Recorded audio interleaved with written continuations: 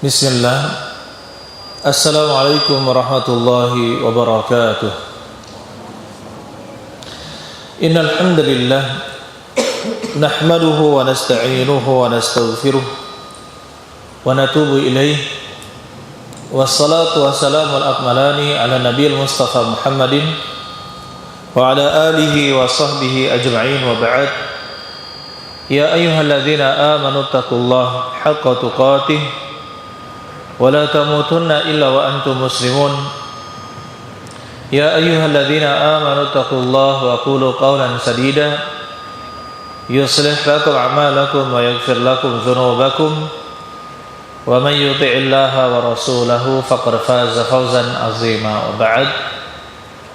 Ayyuhal ikhwan rahimani wa rahimakumullah, saudara-saudari sekalian, Bapak Ibu sekalian yang mudah-mudahan kita semua dirahmati oleh Allah Subhanahu wa taala.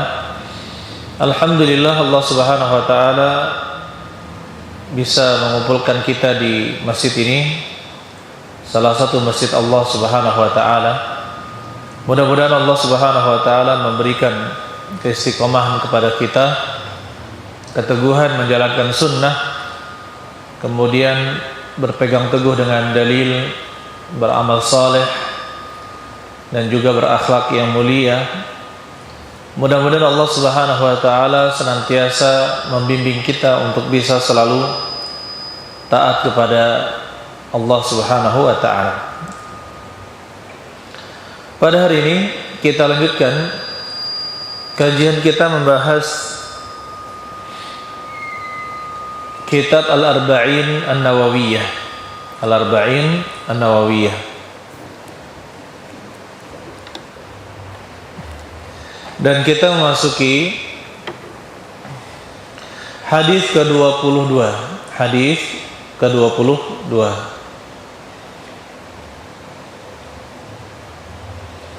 Kita bacakan hadisnya. An Abi Abdillah Jabir ibn Abdillah Al-Ansari. Diriwayatkan dari Abu Abdillah Jabir bin Abdillah Al-Ansari radhiyallahu anhu, mudah-mudahan Allah meridainya. Anna rajulan sa'ala Nabiyya sallallahu alaihi wasallam, bahwasanya ada seorang laki-laki bertanya kepada Nabi sallallahu alaihi wasallam. Faqala, dan beliau berkata, ara'aita idza shallaitul maktubat, bagaimana pendapatmu jika saya salat maktubat, salat wajib, wa sumtu Ramadan, dan saya berpuasa di bulan Ramadan, wa halaltul halala wa haramtul harama, dan saya menghalalkan yang halal dan mengharamkan yang haram, wa lam azid ala dzalika, dan saya tidak menambah dari hal itu, adkhulul jannah, apakah saya masuk ke dalam surga? Qala na'am, beliau berkata na'am, ya. Rawahu Muslim, diriwayatkan oleh Al-Imam Muslim. Dan berkata Al-Imam An-Nawawi, wa ma'na haramtul harama, arti dari saya haramkan yang haram adalah ijtanabtuhu, adalah saya menjauhinya. Wa ma'na ahlaltu halala, dan arti dari ahlaltul halal, saya menghalalkan yang halal. Fa'altuhu mu'taqidan hillahu, atau ya mu'taqidan hillahu, saya melakukannya dengan keyakinan dia itu halal.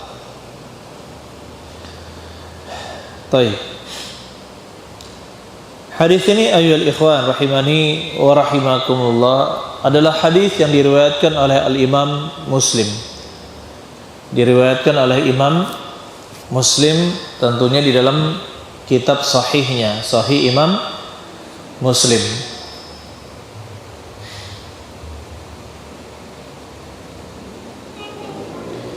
Di sini ada seseorang yang bertanya kepada Nabi Muhammad sallallahu alaihi wasallam tentang dua amalan, yaitu bagaimana kalau saya mengerjakan salat 5 waktu. Begitu pula saya sudah mengerjakan puasa di bulan Ramadan. Kemudian saya menghalalkan yang halal dan saya mengharamkan yang haram. Kemudian saya tidak menambah dari itu, apakah saya akan masuk surga? Maka Nabi sallallahu alaihi wasallam mengatakan na'am, iya. Nah, di sini ayyuhal ikhwan, hadis ini berkaitan dengan kewajiban-kewajiban dan keharaman-keharaman. Orang ini bertanya, seandainya saya melakukan seluruh kewajiban dan meninggalkan seluruh yang haram, tidak menambah dengan amalan-amalan sunnah, ya, tidak menambah dengan amalan-amalan sunnah, apakah saya masuk ke dalam surga? Maka jawaban Nabi sallallahu alaihi wasallam, na'am, ya, masuk ke dalam surga.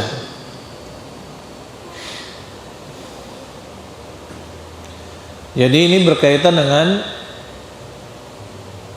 bagaimana hukumnya mencukupkan diri dengan mengerjakan kewajiban dan meninggalkan yang diharamkan oleh Allah Subhanahu wa taala. Baik. Adapun yang dimaksud dengan wajib adalah sesuatu yang diperintahkan oleh Allah Subhanahu wa taala dengan perintah yang harus dikerjakan. Dengan perintah yang harus dikerjakan.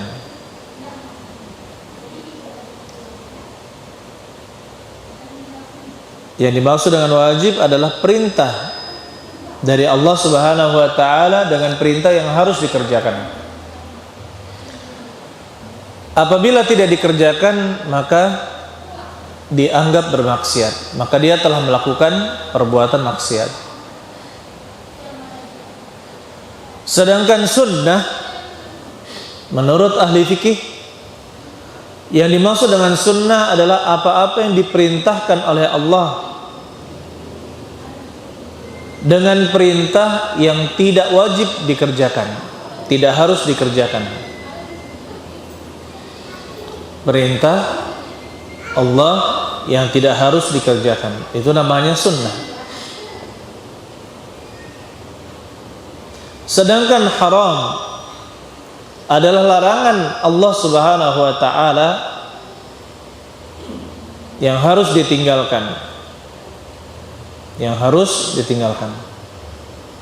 Sedangkan makruh adalah larangan dari Allah Subhanahu wa taala yang tidak harus ditinggalkan. Memahami ini sangat penting di dalam kehidupan kita. Sehingga yang pertama, ketika kita mengetahui ada perintah yang wajib dan ada perintah yang sunnah, maka yang pertama kali kita dahulukan adalah perintah yang wajib. Begitu pula apabila ada larangan yang haram dan ada larangan yang makruh, maka kita dahulukan meninggalkan larangan yang haram. Kita dahulukan itu daripada yang makruh.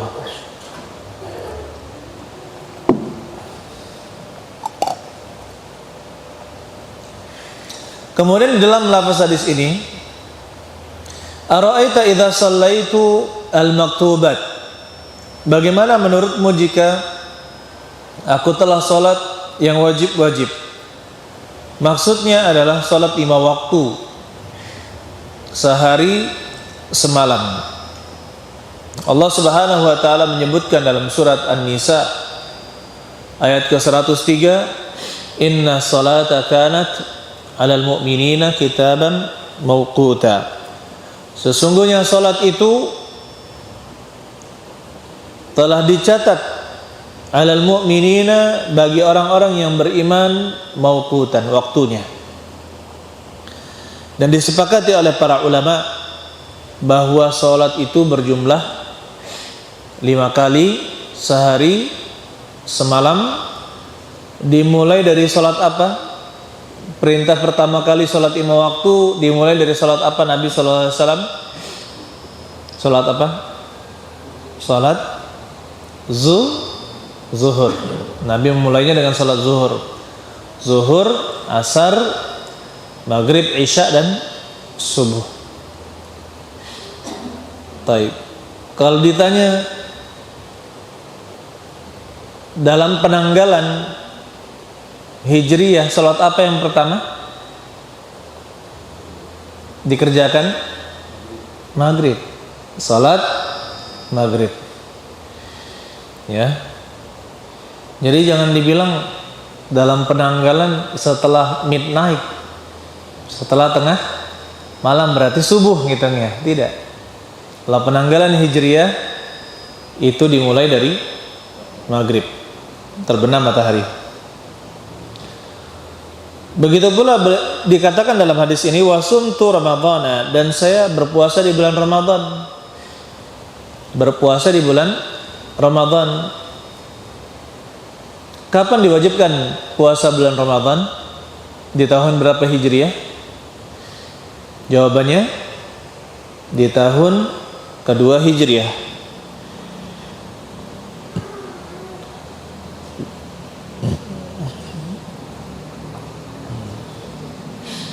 Kemudian yang kedua, ayolah ikhwan, selanjutnya wa ahlaltul halala, dan saya menghalalkan yang halal. Saya menghalalkan yang halal.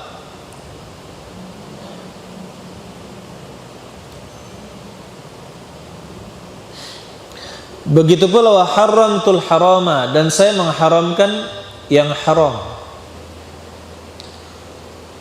Maksudnya apa di sini? Nah, di sini harus kita kembalikan kepada bagaimana ahli sunnah wal jamaah meyakini bab ini, penghalalan dan pengharaman. Yang pertama, jika seorang meyakini dengan hatinya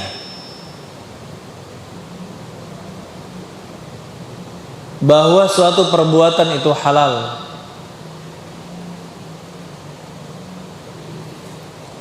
kemudian yang kedua dia mengerjakannya,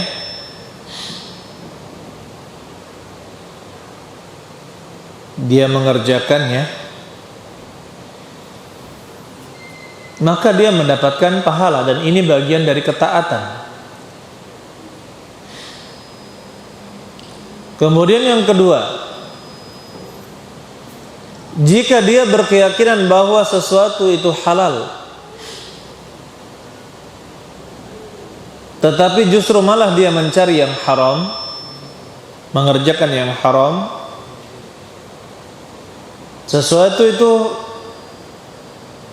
halal tapi dia mengerjakan yang haram, seperti seorang meyakini keharaman zina, kehalalan menikah dan keharaman berzina, tetapi dia memilih berzina dengan meyakini bahwa zina itu haram. Bagaimana hukumnya? Bagaimana hukumnya? Orang ini bermaksiat dengan dosa yang besar. Kemudian yang ketiga adalah orang yang melakukan perbuatan haram tetapi dia menghalalkannya.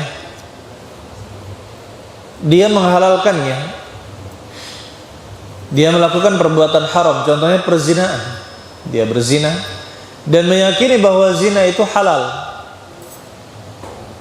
Maka yang seperti ini keluar dari agama Islam, karena dia menghalalkan sesuatu yang haram. Begitu pula orang yang tidak mengerjakan sesuatu yang haram tapi dia mengatakan itu halal. dia tidak berzina, tetapi dia mengatakan bahwa zina itu halal, maka yang seperti ini juga keluar dari agama Islam. Na'udzubillahi min dzalika. Dan seperti itu pula dalam mengimani tentang keharaman, ya.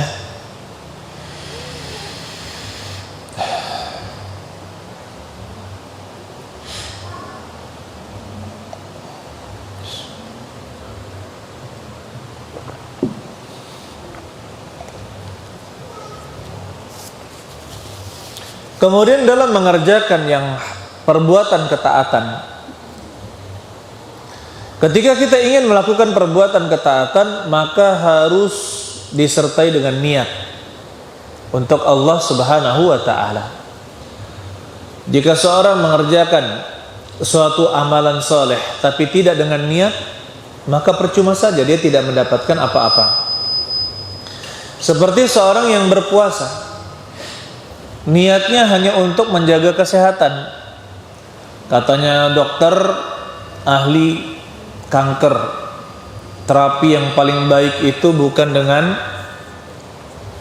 kemoterapi, tetapi yang paling baik justru dengan berpuasa. Karena kanker itu akan memakan sebagian yang lain dengan berpuasa. Kalau dia lapar, tidak ada asupan makanan untuknya, dia akan makan yang lain. Akhirnya kankernya berkurang. Ya. Wah, saya puasa.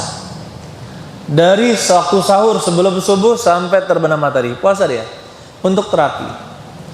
Tidak diniatkan untuk mengharapkan wajah Allah Subhanahu wa taala, maka tidak dapat apa-apa. Karena yang namanya ketaatan itu butuh niat. Begitu pula yang kedua, meninggalkan sesuatu yang haram. Meninggalkan sesuatu yang haram, apabila tidak digunakan niat di dalamnya, seperti seseorang meninggalkan minum khamar karena itu akan merusak tubuh katanya, maka dia tidak mendapatkan apa-apa. Tetapi kalau misalkan dia meniatkan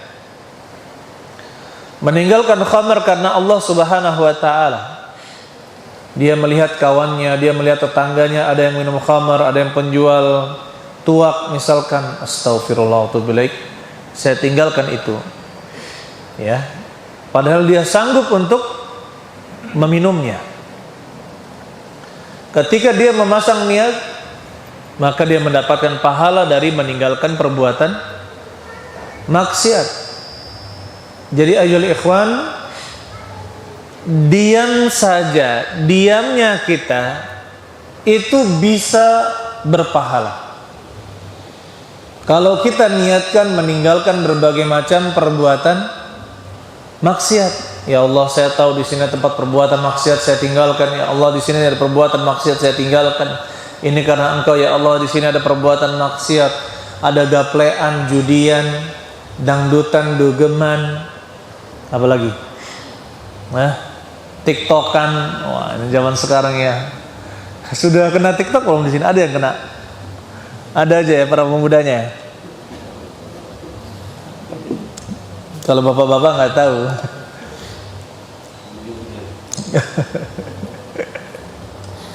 Katanya yang 30 tahun ke bawah itu lebih gemar TikTok daripada YouTube.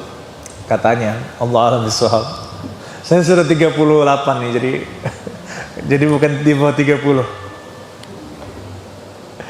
Antum berapa? 20 berapa? Enggak gemar TikTok ya. Alhamdulillah. Nah, di sini berpahala. Seorang bisa berpahala ketika dia meniatkannya karena Allah Subhanahu wa ta'ala. Kemudian laki-laki ini, sahabat ini bertanya, adukhul jannah, kalau saya melakukan itu, apakah saya akan masuk ke dalam surga?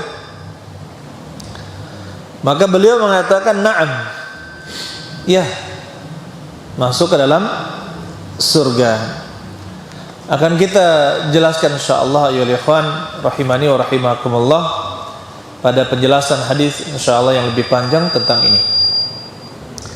Tetapi di sini menjadi pelajaran untuk kita yang menjadi raghbah, yang menjadi keinginan dan cita-cita para sahabat di zaman Nabi sallallahu alaihi wasallam adalah mengharapkan surga.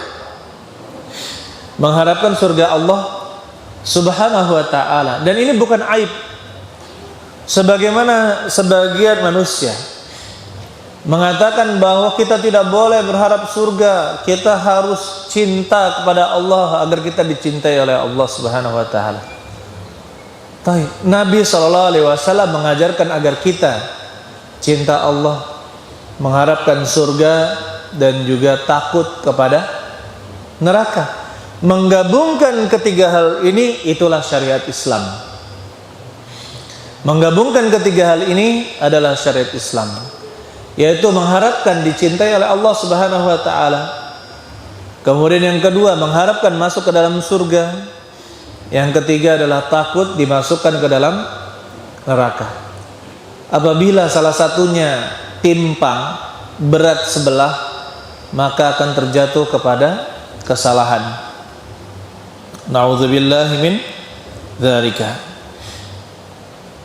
Allah Subhanahu wa taala katakan tentang surga, fala ta'lamu nafsum ma ukhfiya lahum min qurrati a'yun. Seorang jiwa tidak mengetahui apa yang kami sembunyikan untuk mereka min qurrati a'yun, dari penyejuk mata-mata. Begitu pula kata Allah Subhanahu wa taala dalam hadis qudsi, a'dadtu li'ibadiyas salihin, saya telah menyediakan untuk hamba-hambaku yang saleh, ma la 'ainun ra'at, di mana mata tidak pernah melihatnya, tidak pernah dilihat oleh mata, wala udhunun sami'at, tidak pula pernah didengar oleh telinga, wala khatara ala qalbi bashar, dan tidak pernah terbesik di hati manusia. Ini menunjukkan betapa besarnya kenikmatan Allah Subhanahu wa taala yang Allah berikan kepada hambanya berupa surga. Oleh karena itu, ya, mumpung kita tahu kita ini masih hidup, masih diberi waktu oleh Allah Subhanahu wa taala, maka kita kejar yang namanya surga itu dengan beramal. Kita kejar surga dengan beramal. Begitu pula kata sahabat Nabi sallallahu alaihi wasallam, ketika beliau dibantu untuk mengambilkan air wudhu, Nabi sallallahu alaihi wasallam, mintalah apa yang kamu inginkan. Nabi sallallahu alaihi wasallam akan memohonkan kepada Allah Subhanahu wa taala atau membantu menyelesaikan hajatnya karena telah dibawakan air wudhu. Apa permintaan sahabat tersebut? Ya. Maka kata beliau, as'aluka murafaqataka fil jannah. Saya minta bisa menjadi sahabatmu di surga. Ini permohonan dari sahabat Nabi sallallahu alaihi wasallam. Dia tidak menginginkan onta-onta yang banyak, tidak menginginkan emas permata atau istana yang besar atau tanah yang luas, istri yang macam-macam. Agak sensitif ini aja.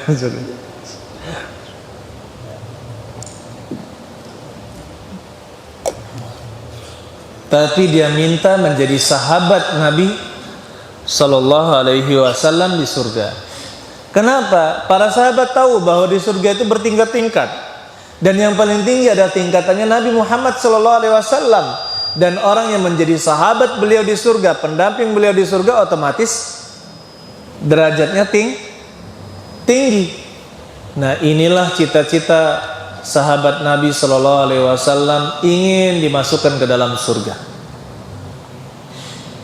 Sehingga kata Nabi sallallahu alaihi wasallam, fa'inni ala nafsika bikathratis sujud. Bantulah aku dengan dirimu dengan memperbanyak sujud, memperbanyak salat. Jadi kalau mau bersama Nabi sallallahu alaihi wasallam di surga, perbanyaklah salat. Yang pertama salat 5 waktu, kemudian yang kedua salat sunnah kita rutinkan. Salat sunnah kita rutinkan.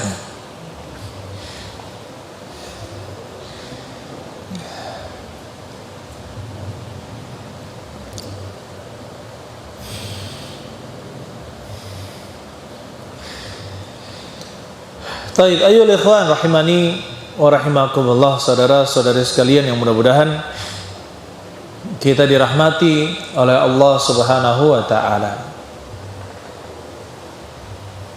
Kalau kita perhatikan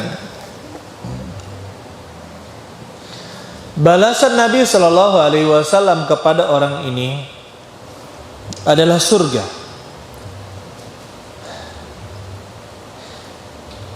Tetapi kalau kita melihat kebiasaan para sahabat, mereka adalah orang-orang yang bersegera untuk beramal soleh. Inilah kebiasaannya para sahabat, yaitu senantiasa beramal soleh, berlomba-lomba mengerjakan amalan soleh. Oleh karena itu seperti ini, mencukupkan dengan kewajiban dan juga mencukupkan dengan meninggalkan yang haram bukan berarti kita tidak beramal tambahan dengan amalan-amalan tambahan. Hadis yang seperti ini dibawa kepada hadis untuk orang-orang yang baru belajar Islam, baru mengetahui Islam dan ingin beramal dengan simple. Dengan apa? Dengan mudah. Padahal kita mengetahui bahwasanya dengan mengerjakan amal-amalan wajib kemudian kita tambahkan dengan sunnah-sunnah, maka itu menjadi sebab Allah Subhanahu wa taala mencintai seseorang. Kata Rasulullah sallallahu alaihi wasallam, Allah Subhanahu wa taala berfirman, "Wala yazalu 'abdi yataqarrabu ilayya bin nawafil hatta uhibbahu." Senantiasa seorang hamba, senantiasa hambaku mendekatkan diri kepadaku dengan amalan-amalan tambahan sampai saya mencintainya.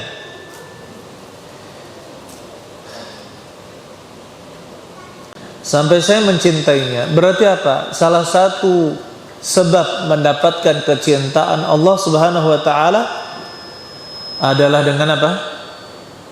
Dengan melakukan amalan-amalan sunnah.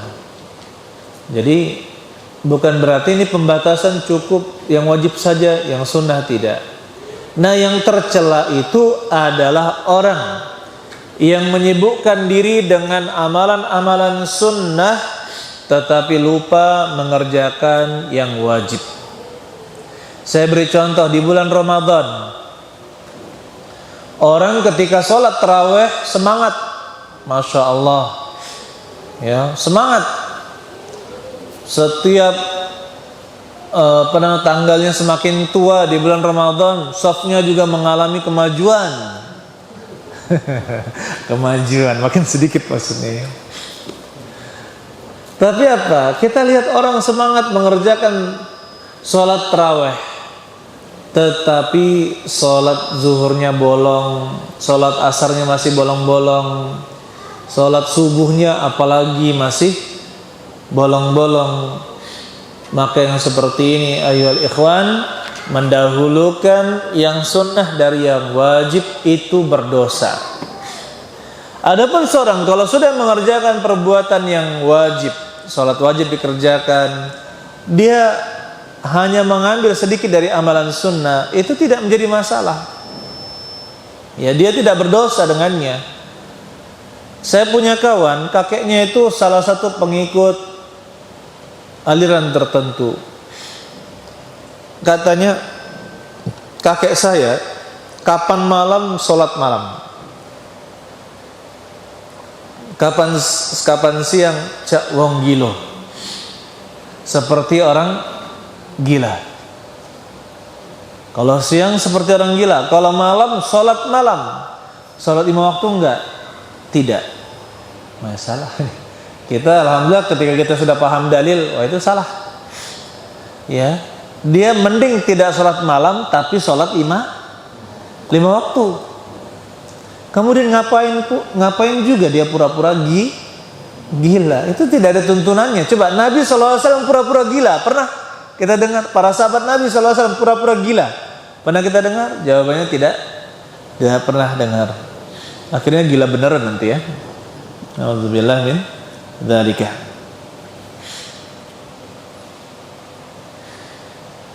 Kemudian selanjutnya di dalam hadis ini tidak disebutkan tentang membayar zakat. Tidak disebutkan tentang membayar zakat.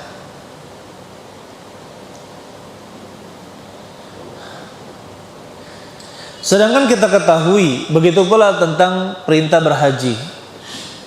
Sedangkan kita ketahui bahwasanya membayar zakat itu wajib, tapi tidak disebutkan di dalam hadis ini. Ya, Allahu a'lam bishawab. Sebagian ulama menyebutkan mudah-mudahan Nabi sallallahu alaihi wasallam sudah mengetahui keadaan orang tersebut ketika itu dia tidak butuh disebutkan tentang kewajiban berzakat baginya, karena dia adalah orang yang belum wajib untuk berzakat.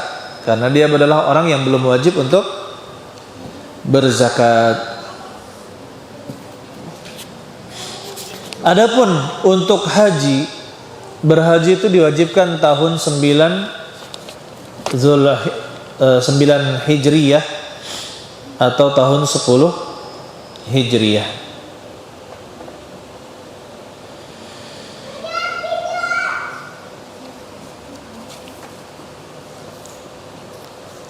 Ada sebuah hadis yang mirip dengan ini, diriwayatkan dari Abu Hurairah radhiyallahu anhu, anna a'rabiyan jaa ila Rasulillah sallallahu alaihi wasallam. Ada seorang Arab Badui, Arab dusun, Arab yang tinggal di dusun, mendatangi Nabi sallallahu alaihi wasallam dan berkata, "Ya Rasulullah, wahai Rasul Allah, dullani ala amalin idza amiltuhu dakhaltul jannah." Jika saya mengamalkannya maka saya masuk ke dalam surga. Maka beliau menjawab, ta'budullaha la tusyriku bihi syai'an. Kamu menyembah kepada Allah dan tidak berbuat syirik kepadanya dengan sesuatu apapun. Wa tuqimus salatal maktubah, dan kamu menegakkan salat, mendirikan salat yang wajib. Wa tuaddi zakatal mafruḍah, dan kamu menunaikan zakat yang wajib. Wa tasum Ramadan, dan kamu berpuasa di bulan Ramadan. Maka berkatalah orang ini, walladzi nafsi biyadihi, demi yang jiwaku berada di tangannya, la azidu ala hadza syai'an abada, saya tidak akan menambahkan dari ini sesuatu apapun selamanya. Wala anqusu minhu, dan saya juga tidak akan menguranginya. Falamma walla, setelah orang tersebut berpaling, maka Nabi sallallahu alaihi wasallam berkata kepada sahabatnya, man sarrahu an yanzura ila rajulin min ahli jannati falyanzur ila hadha. Barang siapa yang ingin melihat seorang dari ahli surga, maka lihatlah orang itu. Jadi orang itu berkomitmen untuk mengerjakan kewajiban yang Allah Subhanahu wa taala perintahkan. Jadi bisa masuk ke dalam surga, ya. Kemudian juga di dalam hadis yang lain,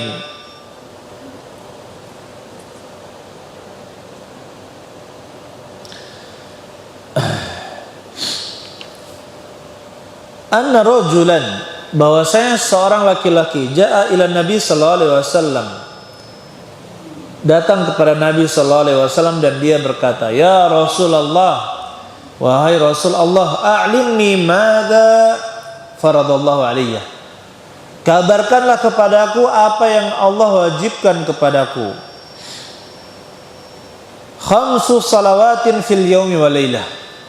5 kali salat di waktu siang dan malam. Dan dia berkata, hal iftarada alayya ghairahu, apakah Allah mewajibkan untukku yang selain itu? Ada lagi yang lain untuk sholat? Apa ada yang lain dari 5 ini? Jawaban Nabi sallallahu alaihi wasallam, la, tidak. Illa an tatawwa, kecuali engkau menambahnya sendiri. Illa an tatawwa, maksudnya tatatawwa, engkau menambahkannya sendiri dengan sholat sholat tatawwu.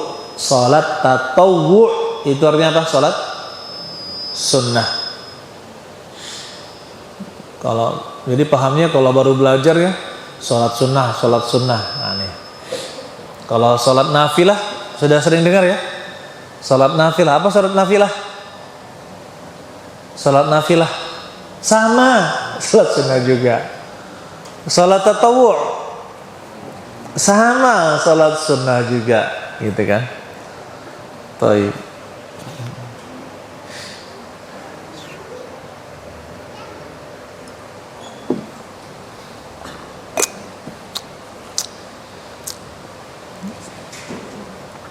Lanjut. Tsumma madza? Orang tersebut berkata, kemudian apa? Kemudian apa? Shaumu syahri Ramadan, berpuasa di bulan Ramadan. Berpuasa di bulan Ramadan. Dia mengatakan sama, apakah ada lagi kewajiban untukku selain itu? Selain puasa di bulan Ramadan? La, tidak ada. Illa an tatawwa, tidak ada kecuali sunnah, puasa sunnah. Tsumma madza? Kemudian apa? Zakatu malika, yaitu engkau membayar zakat hartamu. Ketika sudah sampai nisab, maka bayarlah zakatmu. Ya. Apakah diwajibkan kepadaku selain itu? Illa an tatawwa. Tidak ada kewajiban illa an tatawwa, kecuali yang sunnah. Tsumma madza? Kemudian apa? Tsumma tahujju baitallah in istata'ta ilaihi sabila. Kemudian berhaji jika engkau mampu menujunya. Hal farada alayya ghairahu? Apakah ada kewajiban selain itu? Qala la, illa an tatawwa. Tidak ada kecuali tambahan saja. Maka orang tersebut mengatakan, walladzi ba'atsaka bil haqqi nabiyya, demi yang telah mengutusmu sebagai seorang nabi yang hak, yang benar, la azidu ala dzalika wala ankusu, saya tidak akan menambahkan dari itu dan tidak juga menguranginya. Maka Nabi sallallahu alaihi wasallam mengatakan, aflah in sadaqah, dia akan beruntung jika dia itu jujur. Di dalam riwayat lain, sahabat seperti yang kita bahas, man arada an yanzura ila rajulin min ahli jannah falyanzur ila hadza. Barang siapa yang ingin melihat laki-laki dari ahli surga, maka lihatlah orang ini.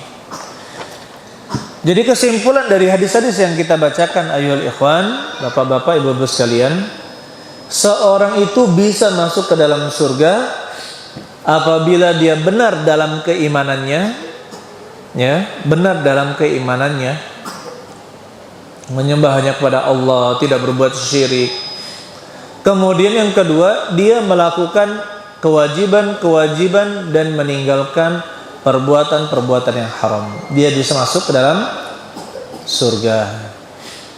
Adapun jika dia meninggalkan kewajiban atau melakukan perbuatan yang haram, maka terancam masuk ke dalam neraka. Masuk ke dalam neraka.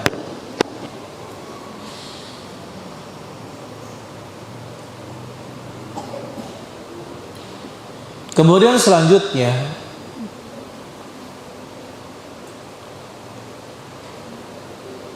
amalan-amalan sunnah itu bertingkat-tingkat, memiliki tingkatan-tingkatan dan memiliki martabat-martabat.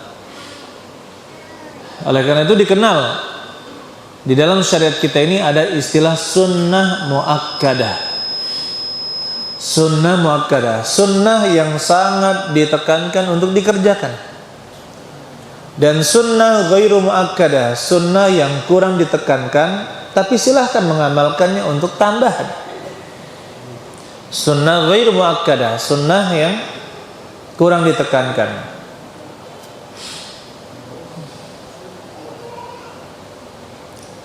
Dan amalan-amalan sunnah itu tidak bisa mengalahkan amalan-amalan yang wajib. Amalan sunnah tidak bisa mengalahkan amalan wajib kecuali satu perkara. Apa itu? Apa satu perkara? Ayo. Apa? Apa? Satu perkara ini adalah amalan sunnah yang pahalanya lebih besar daripada amalan wajib adalah memulai mengucapkan salam. Memulai mengucapkan salam, ketika kita mulai mengucapkan salam itu lebih baik daripada kita menjawab salam. Memulai mengucapkan salam hukumnya sunnah, menjawab salam hukumnya wajib. Kita bertemu assalamualaikum, ya sunnah itu. Tapi menjawabnya hukumnya apa? Wajib. Maka di sini di perkataan para ulama, satu amalan yang sunnahnya itu lebih besar pahalanya daripada yang wajibnya adalah mengucapkan salam. Ya. Jadi sunnahnya itu memulai lebih dahulu itu lebih besar pahalanya daripada yang menjawabnya. Di dalam istilah mazhab, di dalam mazhab Imam Abu Hanifah dikatakan bahwa sholat witir itu hukumnya adalah wajib. Sholat witir hukumnya apa? Wajib. Loh, bukankah sholat wajib itu cuma 5? Dan itu juga disepakati para ulama bahwa sholat wajib itu hanya 5. Loh, kok ini mazhab Abu Hanifah mengatakan menyelisihi itu? Kita katakan bukan menyelisihi. Tetapi di dalam mazhab Abu Hanifah ada istilah khusus. Mereka membedakan antara fardu dengan wajib. Kalau wajib itu seperti sunnah muakkadah di dalam mazhab yang lain. Wajib itu seperti sunnah muakkadah di dalam mazhab yang lain. Sedangkan sholat 5 waktu yang fardu itu 5. Yang wajib itu apa? Witir. Seperti itu. Ya. Jadi kita katakan itu sudah disepakati oleh para ulama bahwa sholat 5 waktu sehari semalam jumlahnya 5 sholat di 5 waktu.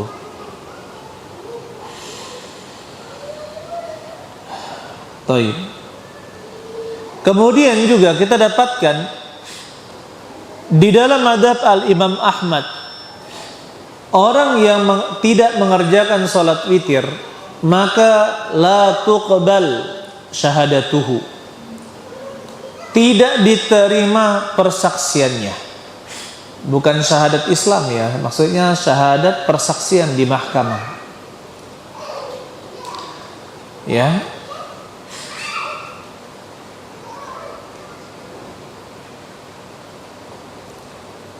Kenapa? Karena sholat witir itu adalah sholat yang ringan. Bahkan bisa dikerjakan 1 rakaat, bisa dikerjakan setelah sholat isya, sebelum tidur, ketika sholat malam, atau sebelum subuh. Jadi kalau misalkan ada orang terbiasa meninggalkan sholat witir, di dalam mazhab Imam Ahmad tidak diterima persaksiannya di pengadilan. Baik. Atau di dalam mazhab Syafi'i, orang yang terbiasa meninggalkan amalan-amalan yang sunnah muakkadah dan terkenal dengan itu, maka hilang yang namanya kesalehan dalam dirinya, sehingga tidak diterima sebagai saksi di mahkamah. Allahu a'lam bishawab. Nah sekarang ya, walau seperti itu banyak ini yang tidak bisa jadi saksi. Masya Allah. Bahkan terkadang sholat 5 waktu saja, ya banyak, kalau disurvei banyak yang tidak mengerjakan sholat 5 waktu, sholat wajib. Nah ini menjadi pelajaran untuk kita agar kita terus berdakwah. Kalau tidak bisa dengan lisan, sampaikan dengan tulisan, dengan nasihat bahwa kita ini sholat 5 waktu. Berikan keutamaan, sampaikan keutamaan sholat 5 waktu, itu menggugurkan dosa dan lain sebagainya. Begitu pula sampaikan juga ancaman-ancaman orang yang meninggalkan sholat 5 waktu. Ya, baik.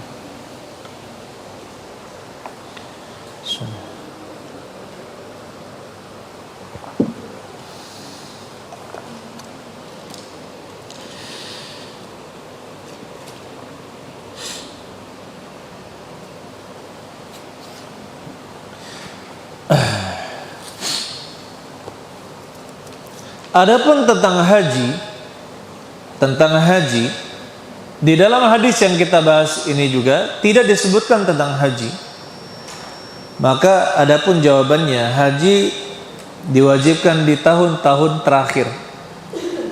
Jadi kita katakan hadis ini bisa jadi munculnya lebih awal daripada pewajiban haji, daripada pewajiban haji. Yang wajib itu sekali seumur hidup haji atau umrah, haji dan umrah atau haji saja. Umrah itu tidak wajib sekali seumur hidup, tapi yang wajib sekali seumur hidup adalah haji saja. Jawabannya haji dan umrah. Jadi wajib itu 2. Dan ini menjadi mazhab Imam Syafi'i. Ya, menjadi mazhab Imam Asy-Syafi'i. Jadi kita wajib untuk mengerjakan haji dan juga umrah. Jadi kalau tidak bisa kita kerjakan haji kita karena misalkan antrian yang sangat panjang, kerjakan umrah terlebih dahulu. Kerjakan umrah terlebih dahulu. Tetapi jangan berhaji di bulan Muharram. Berhaji di bulan apa? Dzulhijjah. Jangan di bulan Muharram. Tidak sah. Ini saya mau haji Ustaz. Kapan? Di bulan Muharram. Ya enggak sah. Haji itu ada waktunya. Kalau mau umrah sah, umrah saja.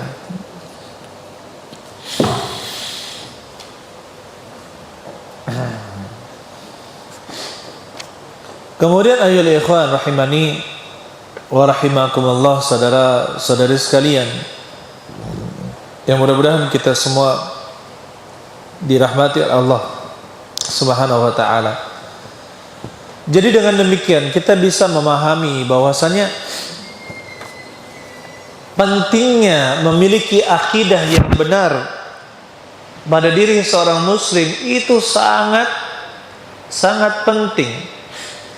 Contohnya sekarang ini, kalau zaman dahulu para ulama yang mengajarkan akidah itu biasa saja menyebutkan tidak boleh mengharamkan yang halal, menghalalkan yang haram, maka akan kafir, berarti membuat hukum sendiri. Tapi sekarang subhanallah, orang yang mengatakan seperti itu malah dikata-katai, padahal kita hanya menjalankan agama Islam, dan terus kita jangan lalai, terus sampaikan, meskipun itu pahit, maka sampaikan kebenaran, ya, sampaikan kebenaran. Kemudian saudara-saudari sekalian yang mudah-mudahan kita dirahmati oleh Allah Subhanahu wa taala. Jadi dari salat itu ada salat yang wajib. Salat yang wajib, kemudian ada salat sunnah.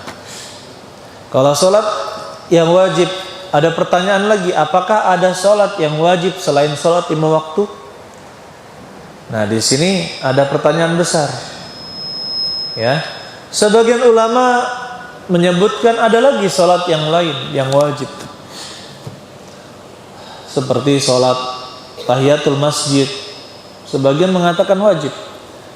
Seperti salat gerhana, salat istisqa, salat minta hujan, salat Id, salat hari raya, itu sebagian ulama mengatakan wajib. Taib. Dengan berbagai macam dalil. Saya katakan ini masih masuk di dalam ranah ijtihad. Masuk dalam ranah ijtihad yang mana seorang ulama bisa benar atau bisa salah. Adapun di dalam mazhab Imam Syafi'i, yang masyhur dalam mazhab Imam Syafi'i, bahwa salat yang wajib itu hanya 5. Tidak ada selain itu salat yang wajib. Tidak ada selain itu salat yang wajib, berdasarkan dalil yang kita bacakan tadi, hal alayya ghairahu, apakah ada kewajiban untukku selain itu? Maka jawaban Nabi sallallahu alaihi wasallam katakan la illa anta tawwa, tidak ada kecuali hanya tambahan, kecuali hanya amalan tambahan. Baik, Allah, inilah pendapat yang kuat. Tidak ada salat yang diwajibkan selain salat 5 waktu. Adapun perintah atau ketegasan dari Nabi Shallallahu Alaihi Wasallam pada salat-salat yang lainnya itu dibawa kepada amalan yang sunnah muakkadah, salat sunnah yang sangat ditekankan untuk dikerjakan. Contohnya salat tahiyatul masjid, idza dakhala ahadukumul masjida fala yajlis hatta yarka' raka'atain. Jika seorang di antara kalian masuk ke dalam masjid, maka janganlah dia duduk sampai dia salat 2 rakaat. Nah, sudah belum 2 rakaat gitu. Ibu-ibu ya salat dulu 2 rakaat. Walaupun ibu-ibu. Bapak-bapak juga gitu juga. Salat 2 rakaat. Bahkan adabnya ketika Jumatan, kalau imam sudah berkhutbah, kemudian kita datang terlambat, imam sedang berkhutbah, maka kita tetap diperintahkan salat 2 rakaat tahiyatul masjid, kecuali ditakutkan khutbah keduanya habis, tidak sempat untuk mengerjakannya, maka kita nantikan sambil berdiri saja. Begitu pula perintah salat yang lain. Salat Idul Adha, salat Idul Fitri dan Idul Adha, terdapat perintah yang Nabi Sallallahu Alaihi Wasallam menyuruh untuk pergi ke musalla. Musalla itu maksudnya lapangan untuk salat, Kemudian Nabi Sallallahu Alaihi Wasallam menyuruh para wanita untuk keluar, bahkan wanita yang remaja, yang gadis, bahkan yang haid disuruh dikeluarkan oleh Nabi Sallallahu Alaihi Wasallam dari rumah-rumahnya untuk menghadiri salat Id di musalla, di lapangan tempat salat. Musalla itu di zaman Nabi artinya apa? Lapangan tempat salat. Taib. Lapangan tempat salat. Penegasan seperti itu bukan menunjukkan kewajiban, tapi menunjukkan pentingnya syariat tersebut. Karena dia menjadi syiar, Jangan sampai kita bermudah-mudah meninggalkannya.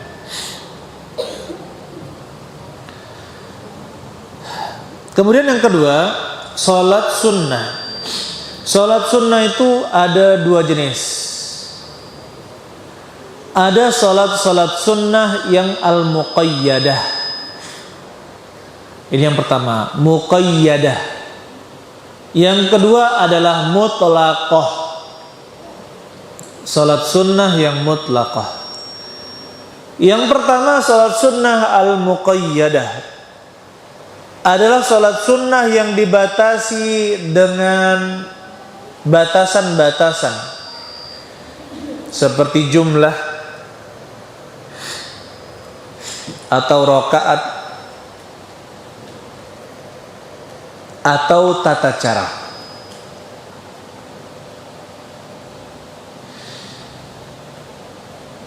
Ya. Jadi muqayyadah ini dibatasi khusus, dan dia pun memiliki nama khusus. Sedangkan salat sunnah al-mutlaqah adalah salat sunnah mutlak yang tidak dibatasi dengan batasan-batasan.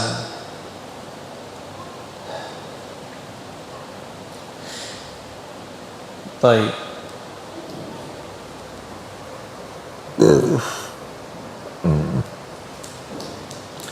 Contoh salat sunnah mutlaqah adalah salat di selain waktu-waktu terlarang. Salat di selain waktu-waktu terlarang, salatnya 2 rakaat, 2 rakaat, 2 rakaat, 2 rakaat, 2 rakaat, 2 rakaat, 2 rakaat, 2 rakaat, seterusnya. Ini salat sunnah mutlaqah.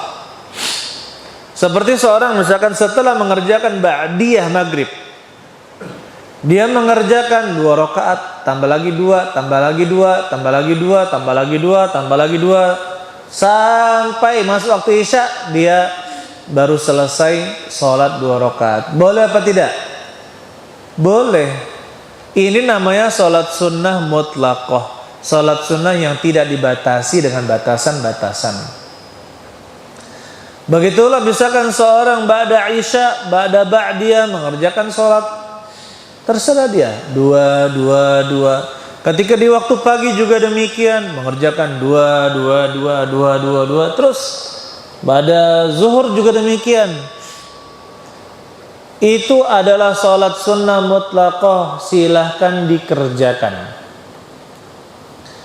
Kecuali dan dilarang mengerjakan sholat sunnah mutlaqah pada 5 waktu. Yang pertama, setelah mengerjakan sholat subuh sampai terbit matahari. Yang kedua, ketika terbit matahari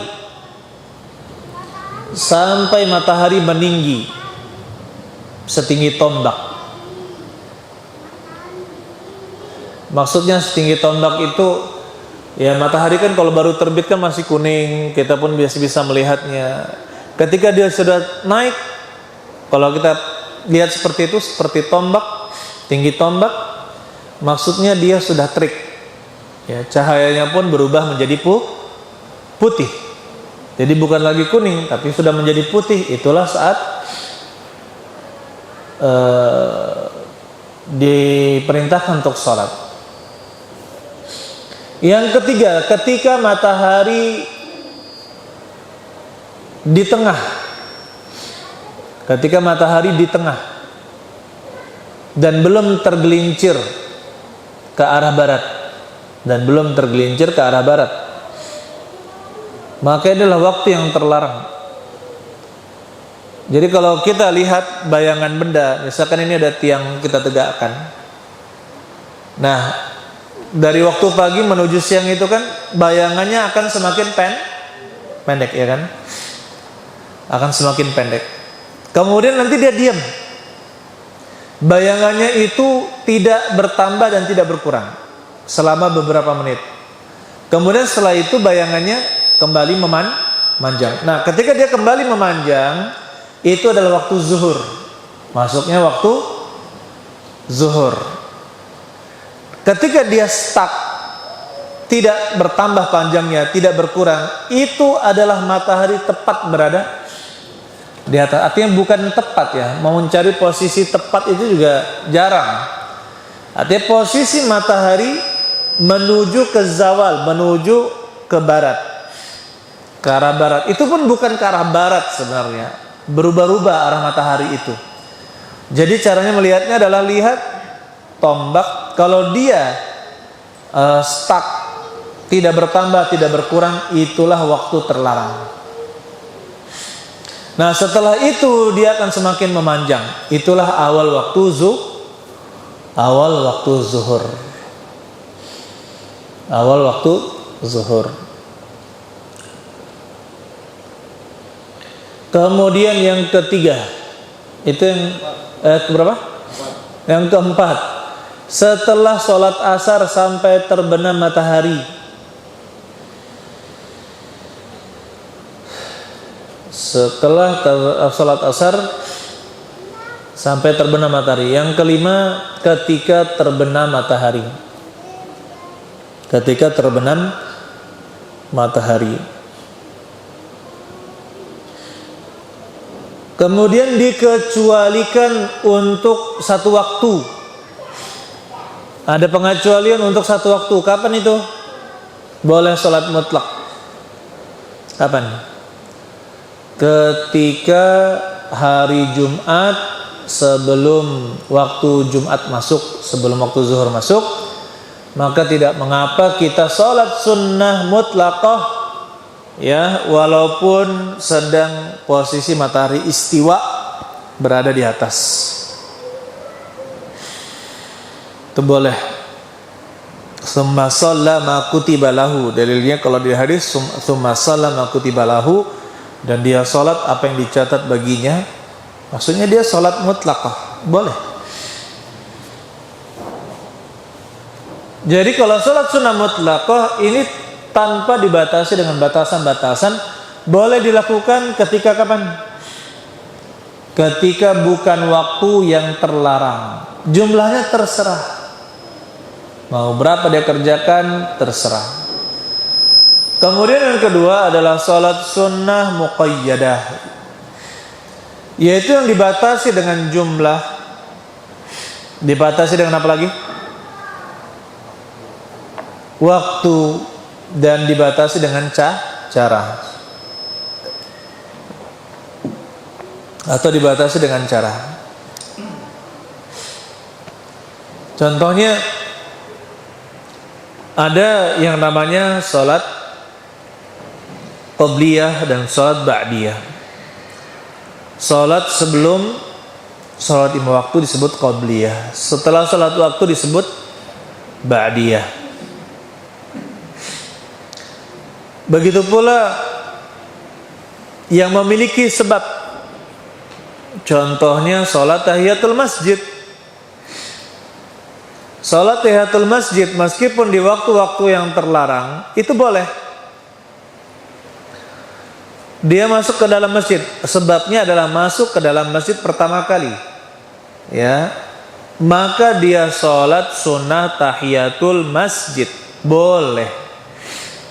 Kenapa? Walaupun di waktu yang terlarang, seperti sholat setelah sholat asar, kita masuk ke dalam masjid setelah sholat asar, boleh kita sholat tahiyatul masjid. Dan ini mazhabnya Imam Syafi'i. Adapun mazhab jumhur ulama tetap tidak diperbolehkan. Tetapi pendapat ini yang lebih kuat, ya, pendapat ini yang lebih kuat. Bahkan para masyayikh sekarang yang mereka itu bermadhab Hambali, bermadhab Imam Ahmad, banyak memilih pendapat ini juga. Kenapa? Karena yang menjadi i'tibar, yang diikuti adalah dalil. Begitu pula contohnya sholat sunnah yang muqayyadah, sholat setelah tawaf, ya, sholat setelah tawaf 7 putaran di mana tawaf itu? Di Ka'bah. maka disunnahkan di sekitar Ka'bah ya. Di dalam Masjidil Haram di sekitar Ka'bah. Berlawanan dengan arah jarum jam. Nanti jangan khawatir ya, kalau lupa arahnya, insya Allah liatin orang aja. Orang itu putarnya pasti ke kiri kan. Jadi nanti nggak ada yang terbalik, itu nggak ada, insya Allah. Otomatis dah itu. Kapan kita bergabung, ngeliatin orang arahnya ke situ, akan terikut. Kata Rasulullah, salat setelah tawaf itu ada, ya, salat setelah tawaf 2 rakaat di belakang hijr, di belakang makam Ibrahim, di belakang makam Ibrahim. Hukumnya sunnah, ada sebabnya, yaitu setelah tawaf. Berapa rakaat? 2 rakaat. Ada juga yang dijelaskan tata caranya berbeda. Contohnya salat apa? Salat gerhana. Salat gerhana dikerjakan dengan setiap rakaat dikerjakan dengan 2 ruku dan 2 sujud. 2 ruku dan 2 sujud. Rakaat kedua juga gitu, 2 ruku dan 2 sujud. Caranya khusus. Ini namanya salat sunnah muqayyadah. Baik cara, sebab, jumlah itu diatur, dan ciri-cirinya dia memiliki nama salat. Kalau dia memiliki nama salat berarti nama muqayyadah. Setelah, contohnya setelah menikah disunnahkan salat 2 rakaat ya, sebelum berkumpul. Salat sunnah 2 rakaat sebelum berkumpul. Sudah Nas? Alhamdulillah. Ya. Ini banyak pengantin baru belum mengerjakannya nih. Pengantin lama belum mengerjakan. Belum tahu sunnahnya, iya. Nak lagi ujinya. Nah, ibu-ibu lanjut katanya.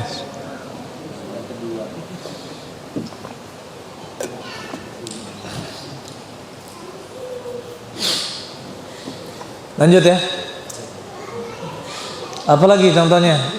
Salat sunnah, banyak salat sunnah. Itu ada buku yang sangat bagus. Kalau judul bahasa Arabnya ini si Bughyatul Mutatawwi fi Salati Tatawwu. Nah, itu judul bahasa Arab. Judul bahasa Indonesianya meneladani salat-salat sunnah Rasulullah atau apa itu. Terbitan pustaka apa, lupa saya. Ada terjemahannya ya. Karangan Syekh Bazmul, belakangnya itu Bazmul, Syekh Bazmul. Itu bagus untuk kita baca. Jadi macam-macam salat sunnah ada di sana. Ya, ada di sana. Ini salat sunnah yang muqayyadah. Banyak jumlahnya.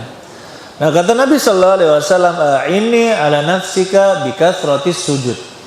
Tolonglah aku dengan dirimu dengan memperbanyak sujud. Maksudnya memperbanyak salat. Jadi kita jangan malas-malasan salat.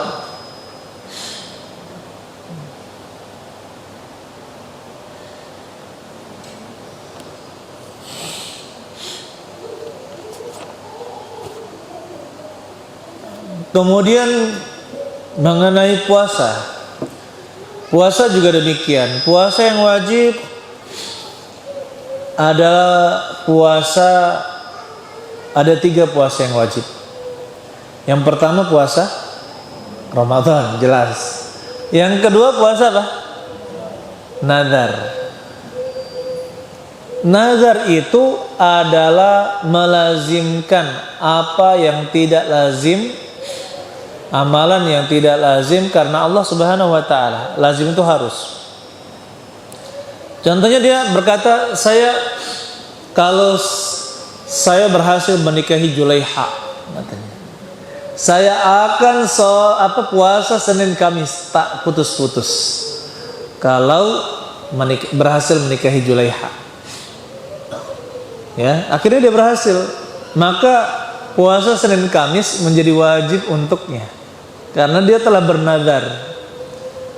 Ya.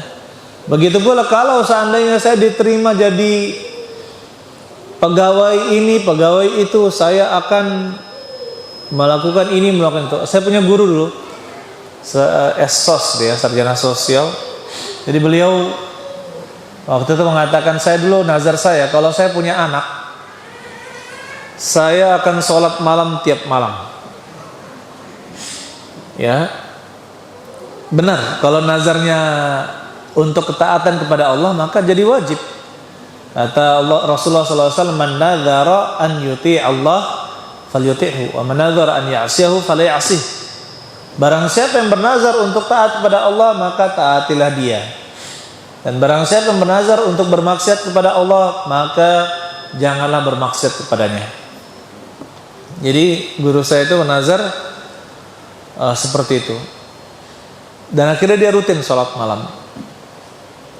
Ada kawan saya katanya, kalau saya diterima di ITS, Institut Teknologi 10 November Surabaya, masjid-masjid dari Klaten apa Sragen ya, sampai ke Yogyakarta katanya, semua akan saya sholati 2 rakaat.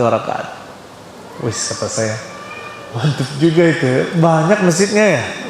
Ya kan. Aduh, kalau nggak ada waktu lumayan, kalau chat 2 rakaat, ya 2 rakaat lagi, ya lumayan itu. Ya, kalau misalkan itu berat, boleh nazar itu dibatalkan. Boleh dibatalkan kalau dia sangat berat melakukannya. Ada juga tetangga saya dulu waktu saya SMP, SMA, dulu saya pernah bernazar. Nazar saya itu, kalau saya lulus SMA, dulu kan sistem NEM gitu ya, Danem waktu itu. Dia itu Danem, daftar nilai Eptanas murni ya. Kalau saya lulus, katanya nazar dia, saya akan cium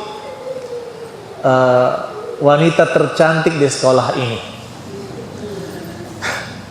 Jadi lulus dia. Akhirnya nazar tersebut dilakukan oleh dia. Boleh apa tidak? Tidak boleh. Ini maksiat, jangan dilakukan. Ya, maksiat nggak boleh dilakukan. Saya bilang, ada-ada saja, Mamang ini, Om ini kok, aduh, tidak boleh. Kalau dia maksiat, tidak boleh mentaati perbuatan maksiat tersebut. Jadi dia batalkan nazarnya dengan kafarat sumpah. Baik. Kemudian puasa menjadi wajib dengan sebab yang ketiga. Apa itu? Kafarat. Kalau harus terkena kafarat, maka dia menjadi wajib. Contohnya ada orang yang berhubungan badan suami istri di siang hari di bulan Ramadan, dan dia tidak memiliki budak untuk dimerdekakan, maka dia wajib berpuasa 2 bulan secara berturut-turut. Alamak, 1 bulan aja lumayan, ini 2 bulan. Jadi hukuman dari Allah Subhanahu wa ta'ala. 2 bulan puasa dewean pula gitu ya. Kalau rame-rame itu 2 bulan ya nggak terasa juga.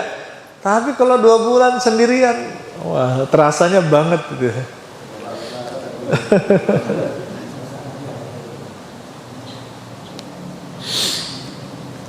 Kemudian selanjutnya tentang zakat. Tentang zakat. Begitu pula zakat, tidak ada kewajiban pada harta kecuali apa? Pada zakat. Atau yang kedua, nazar.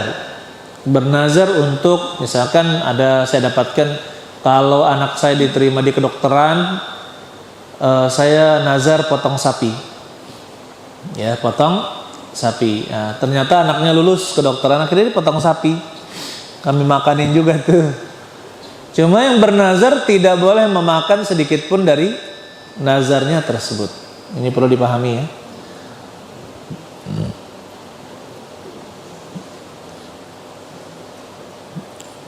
Tapi begitu pula kafarat karena pelanggaran. Itu juga menjadi wajib. Tapi kalau misalkan masalah harta, pada asalnya harta itu tidak wajib dikeluarkan kecuali zakat. Ya sebenarnya dari 40. Kalau kita punya 40 biji, yang kita keluarkan itu cuma 1 biji. Ya, kan tidak terasa. Cuma satu biji saja. Itu sangat ringan. Ya, sangat ringan. Oleh karena itu ya ikhwan, kita latih diri kita sebelum kita memiliki harta. Belum cukup nisab, yaitu 85 gram emas. 85 gram emas belum cukup nisab. Harta kita sudah kita sedekahkan. Berapa kelebihan harta kita sedekahkan kepada orang lain, kita sedekahkan, sehingga ketika ada kewajiban berzakat itu tidak akan berat. Ini kapan pajak dibayar? Ya, takut nanti usaha saya ditutup, takut saya nanti begini. Giliran zakat tidak dibayar. Ya, ini lebih mendahulukan siapa ini? Kalau misalkan seperti itu.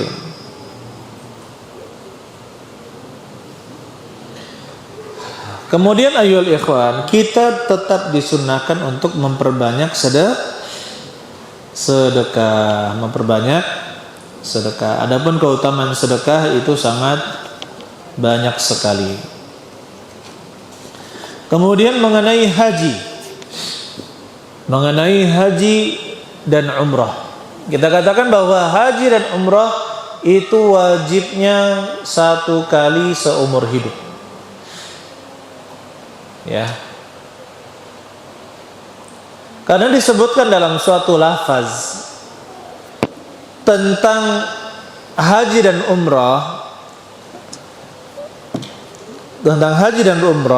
itu dalam satu lafaz disebutkan wal haji wal umrah.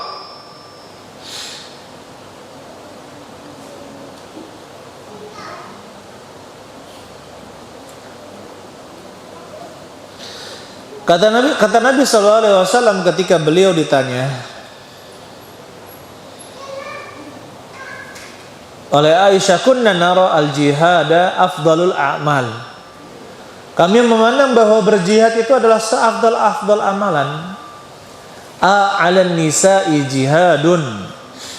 Apakah wanita punya kewajiban untuk berjihad? Jawaban beliau na'am, ya. Kata beliau al-hajju wal umratu, yaitu haji dan umrah. Al-hajju wal umrah, haji dan umrah.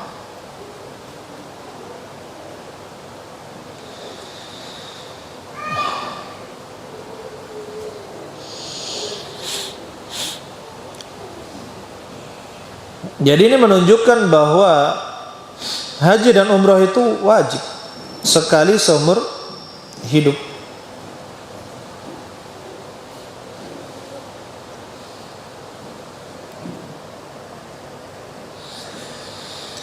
Kemudian ayyuhal ikhwan rahimani wa rahimakumullah, adapun haji yang berikutnya, saya pernah ditanya dulu ya, ada seorang bapak-bapak, dia punya jabatan tinggi juga di perusahaan. Sudah haji Pak? Sudah, katanya. Haji yang pertama tahun sekian, haji yang kedua tahun sekian, tapi nggak tahu yang mana yang wajib, katanya. Kenapa? Kita bisa paham, yang pertama itu kayaknya salah niat. Kayaknya salah niat agar dibilang H titik dan HJ titik. Ya. Ini sudah salah niat gitu. Makanya dia bilang nggak tahu yang mana yang wajib itu katanya. Adapun haji berikutnya hukumnya adalah sunnah. Haji berikutnya adalah hukumnya apa? Sunnah.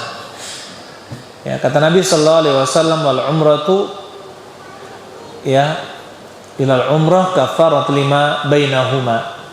Umrah yang satu ke umrah yang lain itu adalah penghapus dosa di antara keduanya. Wal hajjul mabrur laisa lahu jaza illal jannah. Dan haji yang mabrur tidak ada balasan baginya kecuali surga. Jadi disunnahkan untuk mengulang haji dan mengulang umrah. Akan tapi sekarang kasusnya ya ikhwan, untuk umrah alhamdulillah dimudahkan untuk orang-orang kaya gitu kan. Ulangi saja umrah, sunnah hukumnya, entah berapa setahun berapa kali. Ya kalau orang-orang di Saudi kan bisa sebulan sekali, mereka orang yang di ini bisa mengulang, apalagi di Mekah ya bisa berulang kali. Tapi kalau untuk haji, saya lebih menyarankan agar memberikan jatahnya kepada orang yang mengantri. Jadi orang ini sudah berhaji, kemudian dia ingin berhaji lagi, maka kita katakan sebaiknya diberikan jatahnya kepada orang yang mengantri. Contohnya di Oku Timur, tulisannya itu kalau kita lihat aplikasi, daftar sekarang 2068. Ya kan 2068. Wah ini berapa tahun lagi tuh, masih hidup apa enggak itu? Iya kan 2068. Sekarang berapa? 2022. Berarti 40 tahun lagi. Itu di aplikasi. Memang kondisinya jatahnya dulu kan 200.000 ya. Berkurang menjadi 100.000 per tahun jatah dari Saudi. Cuma kalau belum juga ditambah oleh Saudi, ya seperti itu. Oleh karena itu sekarang banyak orang mengejar haji plus. Haji plus saja 7 tahun 8 tahun. 7 tahun 8 tahun. Cuma bedanya kalau haji plus itu kan kuotanya nasional. Kuota nasional. Kalau haji reguler itu kuotanya per daerah. Oku Timur gitu sekian jatahnya, Oku Selatan sekian jatahnya, ya ada jatah masing-masing provinsi, masing-masing kabupaten.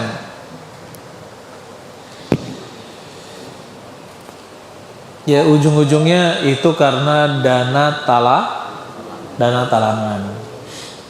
Ini yang menjadi kasus terbesar di negara-negara Islam, adanya bank yang menalangi untuk berhaji. Baik. Tetapi yang syukurnya ketika kita mendaftar haji, kita bisa nanti melimpahkan jatah kita kepada anak kita, ya bisa. Kalau meninggal digantikan oleh siapa, atau misalkan sudah sekian umur kita kasihkan ke siapa, itu bisa dari anggota keluarga kita. Allahu a'lam bishawab.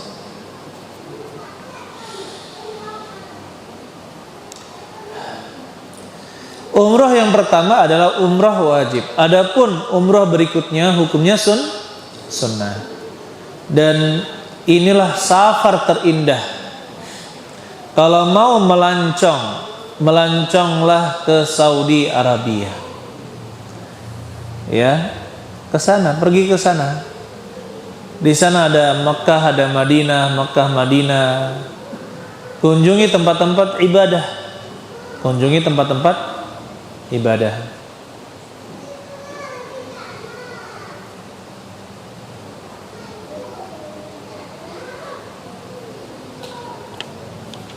Kemudian permasalahan selanjutnya disebutkan pada hadis ini tentang amalan yang memasukkan seseorang ke dalam surga. Sedangkan di dalam hadis lain Rasulullah sallallahu alaihi wasallam menyebutkan, la tadkhulunal jannah bi'amalikum, kalian itu tidak masuk ke dalam surga dengan amalan-amalan kalian. Wala anta ya Rasulullah, bagaimana denganmu ya Rasulullah? Wala ana, saya juga tidak demikian. Illa annallaha qad ghamadani Allahu min fadlihi, Allah sudah menutupiku dengan, melingkupiku dengan rahmatnya. Jadi masuk surga itu dengan rahmat Allah Subhanahu wa ta'ala. Loh, lalu bagaimana dengan amalan? Bagaimana dengan amalan? Kita katakan amalan-amalan tersebut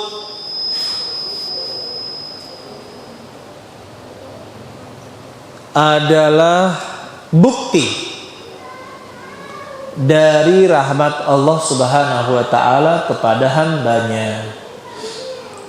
Sebagaimana Allah katakan di dalam surat Al-A'raf ayat 43, antilkumul jannatu urithumuha bima kuntum ta'malun. Itulah surga yang kalian diwariskan. Surga itu bima kuntum ta'malun, dengan sebab apa yang telah kalian lakukan. Ya, dengan